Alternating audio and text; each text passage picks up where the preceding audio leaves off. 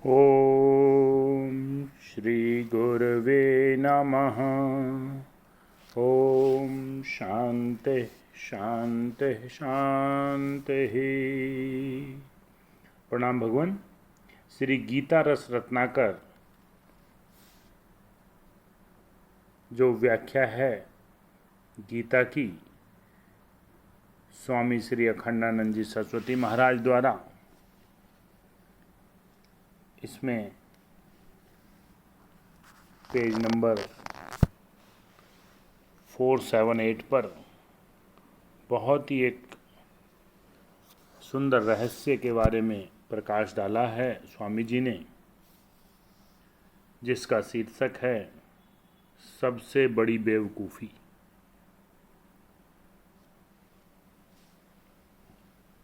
तो इस पैराग्राफ को लेते हैं भगवान। हर्ष अमर्ष भयो उद्वेग। भगवान में भगवान डूब उतर रहा है और भगवान में भगवान की भगवन्मयी लीला हो रही है, इसलिए इसमें उद्विग्न होने का या उद्विग्न करने का कोई कारण नहीं है। यहाँ न हर्ष है, न अमर्ष है, न भय है और न उद्वेग ही है। असहिष्णुता माने चिढ़ना भी नहीं है। ये हमेशा आगे कैसे चला गया। अरे अपना दिल बिगाड़ना तो इस दुनिया में सबसे बड़ी बेवकूफ़ी है।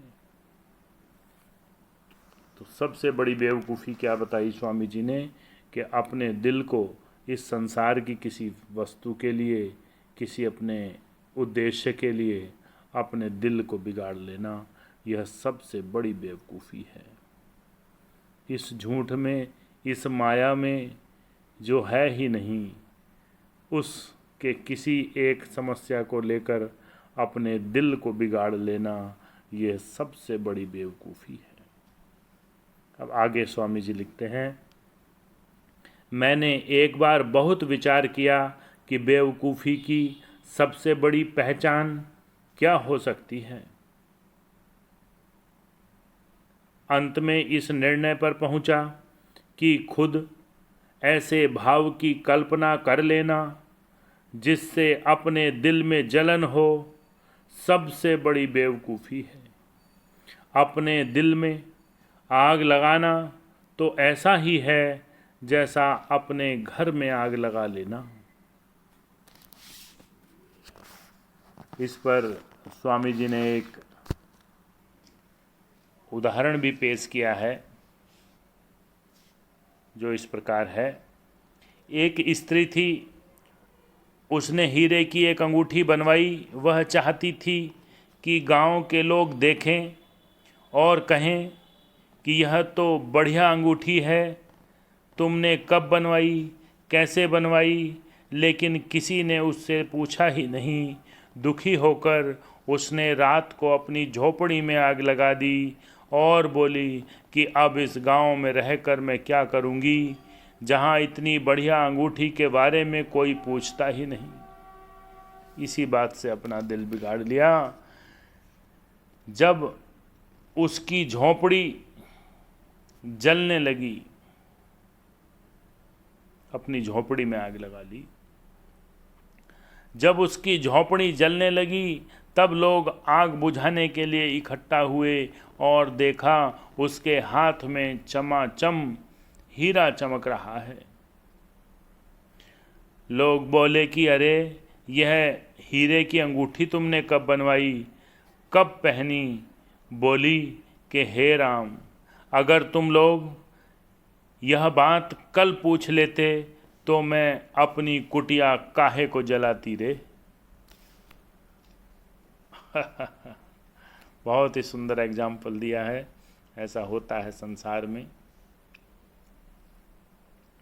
तो ये जो दिल जले लोग हैं, दूसरे का दिल जो जला पाते नहीं, अपना ही दिल जलाते रहते हैं, भगवान की भक्ति में नहीं रहते, हृदय कमल पर रहते हैं। भगवान भक्ति में नहीं रहते, हृदय कमल में रहते हैं। इसलिए अपने दिल को ठीक करके रखो, तभी उसमें भगवान रहेंगे और खुश रहेंगे। भगवान हृदय की भट्टी में नहीं रहते। उस भट्टी के कारण ही हम लोग रो रहे हैं, मर रहे हैं, जल रहे हैं और हमारी लंबी सांस चल रही है। जब लंबी सांस आती है तो तूफान आ जाता है, बड़ी भारी आंधी आ जाती है, भगवान एक कोने में छिप जाते हैं। जब हृदय में लोभ आता है तो बड़ी भारी बाढ़ आ जाती है, भगवान कहते हैं कि हम इसमें डूब न जाएं। इसी तरह जब क्रोध आता है तब कलेजे में आग लग जाती है, तो भगवान कहते हैं कि भाई आग लग गई है, इसलिए हम जरा छिप जाएं। इसलिए भाई मेरे, अपने दिल को ठीक रखो, तभी भगवान उसमें निवास करेंगे। तो सबसे बड़ी बेवकूफ़ी है अपने दिल को इस संसार के लिए बिगाड़ देना। तो करना क्या है? अपने ही स्वरूप का, अपने ही आत्मा का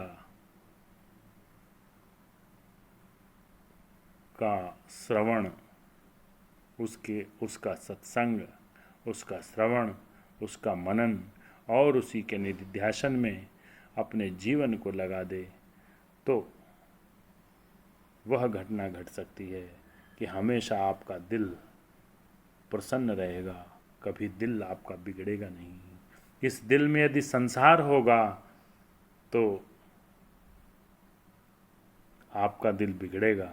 इस संसार में भगवान होंगे, इस दिल में भगवान होंगे तो आपका दिल हमेशा सुरक्षित रहेगा।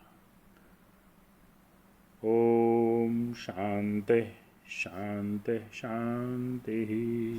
प्रणाम भगवान।